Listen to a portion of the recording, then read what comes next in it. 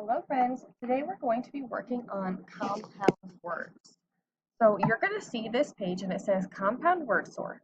Is it a compound word? And you have a yes category and a no category. So you're going to be looking at these words down here and deciding, is this a compound word? Is this word a word that I could split into two words that would still be words by themselves? So I know snowflake is one word together, but can I break it into two separate words? And if I look at it, I know that I can, because snow is a word and flake is a word. So I would put that in the yes category. The next one I'm going to come to is raining. And as I'm looking at it, I cannot split that into two words that are words. If I try to split after the word rain, rain is a word, but ing by itself is not a word. So this is not a compound word. I will put it in the no category. So you are going to sort the rest of these words into yes, it's a compound word, that I can have two separate words or one word put together. Or the no, that it's just one word, it could not be separated into two words.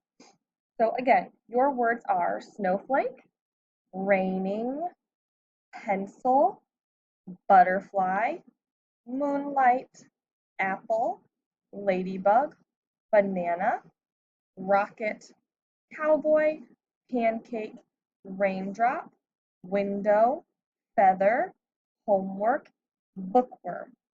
So if you need me to reread those again, make sure you rewind your video so you can hear all the words so you know whether to sort them into the yes category or the no category.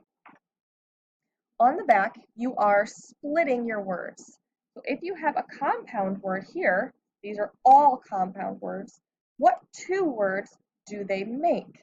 If I look at butterfly, I know butter is a word by itself and fly is a word by itself.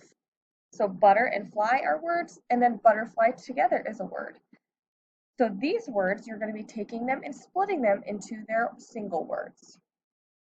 So my words are butterfly, toolbox, doorbell, starlight, raindrop, fireplace, mailman, anything, hot dog.